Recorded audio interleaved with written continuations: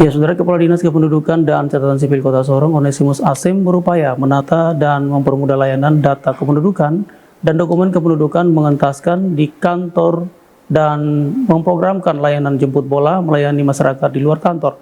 Upaya Disduk Capil menjabarkan peraturan Mendagri nomor 19 tahun 2018 tentang peningkatan layanan publik kependudukan diharapkan bisa memenuhi harapan masyarakat, menyalurkan hak suara di pemilu 2024 dan melengkapi pencari kerja serta lulusan SLTA melanjutkan pendidikan ke perguruan tinggi, sebagaimana dijelaskan dalam wawancara berikut ini.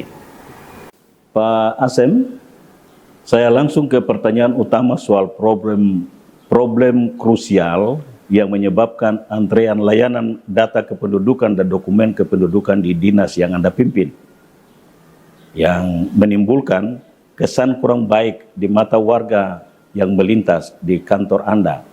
Apa penyebabnya? Yang pertama, semua warga satu Kota Sorong ini, ya mereka tahu bahwa Papua Barat, status Papua Barat, dia pindah ke Papua Barat Daya, mereka juga rame-rame datang di sini untuk segera untuk melakukan perubahan, terutama dokumen kependudukan, yaitu KTP, KK, dan lain-lain. Yang kedua, adik-adik kita yang SMA dan lain sebagainya, sekarang ini kan ada formasi penerimaan TNI Angkatan Darat, Laut, Kepolisian bahkan. polisi, ya. Sekarang, mereka juga segera mereka semua ke sini karena ini kebutuhan yang sangat mendesak, sangat mendasar dan mengantarkan mereka untuk segala urusan-urusan yang lain, untuk mereka bisa ikut tes polisi, tentara, bahkan yang pergi kuliah. Yang berikut, warga juga saat ini kita hadapi pileg, pilkada, dan pilpres sudah ada di depan mata ini. Maka warga ini rame-rame datang di sini. Pertama yang usia 16 tahun, masuk yang 17 tahun ini kan mereka segera untuk kita lakukan perekaman. Sedangkan untuk warga yang sudah dewasa dan lain sebagainya, di Sorong ini kan terjadi pemekaran antara distrik, lurah, RT, dan RW. Nah, mereka juga segera datang untuk melakukan perubahan supaya nanti TPS, kalau tidak salah kurang lebih 670 TPS yang ada ini, warga ini mendekat pada wilayah domisili supaya nanti pada saatnya mereka menggunakan hak mereka untuk menyalurkan hak siapa yang mereka memberikan dukungan sesuai dengan dukungan mereka. Nah, karena mereka dari alamat yang beda, untuk mereka pergi pilih di wilayah yang berbeda tidak bisa. Sekarang ini mereka harus pegang KTPL, alamatnya di mana, tempatnya di mana, itulah yang mereka coblos. Nah, itu sekarang mereka datang rame-rame di sini. Tetapi fakta, kita bicara data, fakta, dan logika. Ada 3 agenda ini. Saya sementara ini kan saya turun laksanakan 2 kegiatan untuk mengatasi hal ini. Yang pertama, pelayanan di dalam kantor seperti yang Bapak Ibu lihat.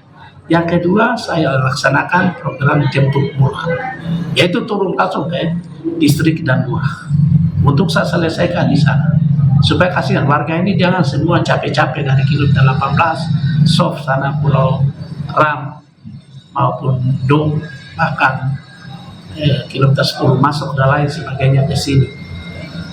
Dan sekarang saya maraton sudah mulai tanggal 25 Februari sampai di hari ini, termasuk mereka yang kemarin karena musibah di Pasar Baru, satu langsung pasang tenda di tempatnya terbakar dan saya tuntaskan semuanya. Sudah berapa persen capaian yang diraih dari upaya yang telah dilakukan sejauh ini?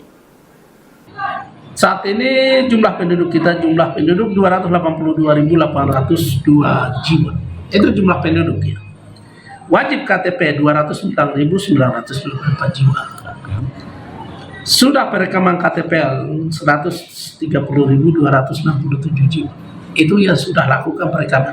Yang belum perekaman KTPL yaitu 79.685 jiwa. Capaian perekaman wajib KTPL 62,05%. Target perekaman KTPL secara nasional itu 99,04%. Apa benar infrastruktur pendukung terbatas sehingga memicu antrian tersebut? ini jumlah ini terjadi, ini data bersih dan data kotor. Oke. Ini data bersih dan data kotor. Kenapa data bersih dan data kotor tercampur di dalam sini? Karena saat terjadinya transisi waktu antara tahun 2012, ya, tahun 2012 terjadi transisi waktu di sini, yaitu dari KTP nasional dia pindah ke KTP Elektrik. ya, akhirnya terjadi dan data kotor itu terbawa terus sampai dengan hari ini. Standar pelayanan seperti apa yang dibutuhkan untuk memberikan layanan mengesankan kepada warga? Jadi di sini kita banyak kelemahan.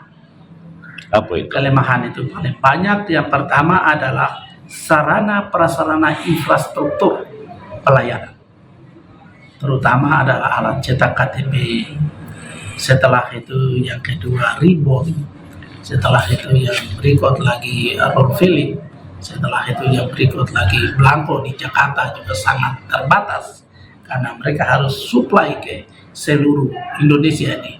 514 kabupaten kota seluruh Indonesia. Oke. Akhirnya sangat terbatas ini barang. Terus yang berikut lagi, ya peralatan di kantor ini, komputer dan lain sebagainya, meja itu pun juga coba Bapak lihat sendiri.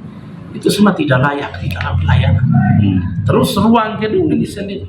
Gedung ini dari Ombudsman maupun dari Menpan RB di Jakarta. Di dalam penilaian ini gedung ini tidak pantas untuk diberikan. Tidak memenuhi standar. Ya, Standar pelayanan publik enggak. tidak bisa karena dia punya ruangan itu sudah ditentukan. Mana sekarang kita contoh, mereka warga masuk sana, mereka terima nomor antrian di FO. Setelah itu dari FO mereka arahkan, misalnya itu ibu hamil. Nah, berarti kan ada ruangan untuk ibu yang hamil itu. Terus mereka ini yang berkebutuhan khusus. Mana ruangan untuk bayi yang berkebutuhan khusus? Setelah itu ruangan yang konsultasi mana? Jadi konsep pelayanan mengesankan sudah disiapkan? Jadi kalau soal fasilitas maupun gedungnya itu harus digambar sesuai dengan prosedurnya itu. Setelah itu baru gedung sudah oke. Tetapi kita sekat dia ulang. Supaya harus dia masuk. Mana taman bacaan juga tidak ada. Terus koperasi, khusus koperasi yang di dalam ini juga harus ada. Koperasi? Koperasi. Supaya kita misalnya taruh di situ, terutama contoh misalnya materai ya, supaya jam warga ini kasihan. Dia cari lagi di kantor pos, tapi harganya sama dengan yang di semua swasta ini. Nah, bagaimana supaya warga itu dia langsung ambil di sini, dia mau tanya di kantor pos, harga yang sana aja sama dengan harga yang di sini. Supaya kita berikan pelayanan yang membahagiakan warga Kota Sorong. Nah, itu yang kita maksudkan. Yang berikut lagi, di sini kan harus kita siapkan TV yang bagus, ada kursi. Nah, setelah itu kanopi ini kita bangun, saya rencana itu hampir 30 atau 20 meter dari sana sampai sini, di luar sana. Teras itu, teras maksudnya itu? Teras itu, kanopi supaya kita mulai antre kursi itu. Kursi itu semua kita beri nomor. Dia beri, kita begitu bagi nomor, dia harus cari nomor yang dia punya, dia langsung duduk. Nah, baru ada TV di situ. Ada kipas angin di situ. Terus ada taman bacaan di situ. Ada ayunan untuk anak-anak kecil. Kalau ibu yang bawa anak, dia harus main di ayunan. Yang sudah ada itu kebetulan saya swadaya. Terakhir, soal pengalihan status kependudukan dari Papua Barat menjadi Papua Barat Daya. Bagaimana? Yang pertama, kami belum ada petunjuk resmi untuk kita bisa alihkan. Ya, karena itu harus ada edaran kepada kami, terutama dari kementerian, bahkan dari kepala daerah setempat. Yang kedua, belangko di Jakarta itu sangat terbatas. Sebenarnya kami bisa ambil langkah sebenarnya, karena sudah ada dalam sistem. Kita ini sekarang Papua Barat Daya, sekarang jumlah penduduk 282.802 jiwa ini. Kalau kita merubah Papua Barat Daya, pilkada sudah dekat.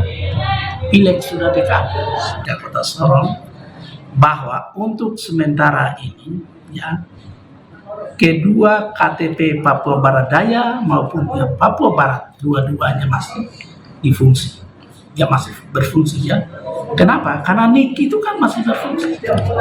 Tetapi di dalam Papua Barat dan di bawahnya kan itu Kota Sorong, ya tahu. Nah, sekarang kalau yang dia datang rubah elemen data di sini bisa pindah domisili dan lain sebagainya, itu secara otomatis dengan sendirinya. Jadi jangan khawatir. Kepala Dinas Kependudukan dan Catatan Sipil Kota Sorong Onesimus Asem, Esos MBA. Terima kasih sudah berbagi di CWM News. Terima kasih, luar biasa.